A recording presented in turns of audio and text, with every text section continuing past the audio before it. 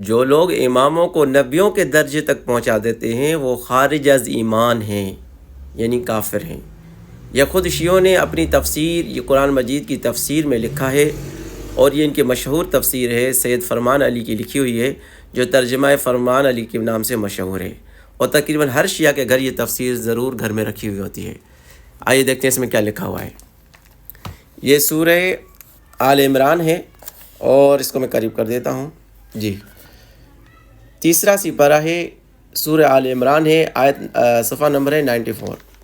اس میں لکھا ہوا ہے، یہود اکثر مسلمانوں کو کہا کرتے تھے کہ تمہارے رسول اگرچہ ظاہر میں خدا کی پرستش کے دعوے دار ہیں، مگر ان کی اصلی غرض یہ ہے کہ لوگوں سے اپنی عبادت کرائیں، ورنہ ہم تو خدا کی عبادت پہلے سے ہی کرتے ہیں۔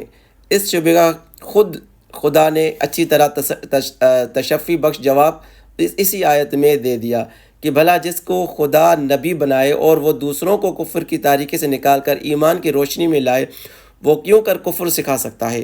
اس وجہ سے حضرت رسول نے فرمایا کہ مجھے میرے مرتبے سے آگے نہ بڑھاؤ، اور حضرت علی فرماتے ہیں کہ دو شخص میرے بارے میں گمراہ اور داخل جہنم ہوئے، ایک وہ جو میری دوستی میں افراد کر کے مجھے میرے درجے سے آگے بڑھا دیتا ہے، اور دوسرا وہ جو میرے مرتبے سے گھٹا دیتا ہے۔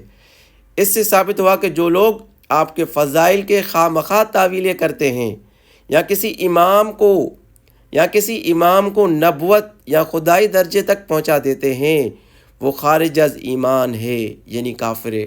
یہ خود شیعوں نے اپنی تفسیر میں لکھا ہے، یعنی کسی امام کو نبوت کے درجے تک پہنچا دینا بھی خارج از ایمان ہے، کافر بنا دیتا ہے۔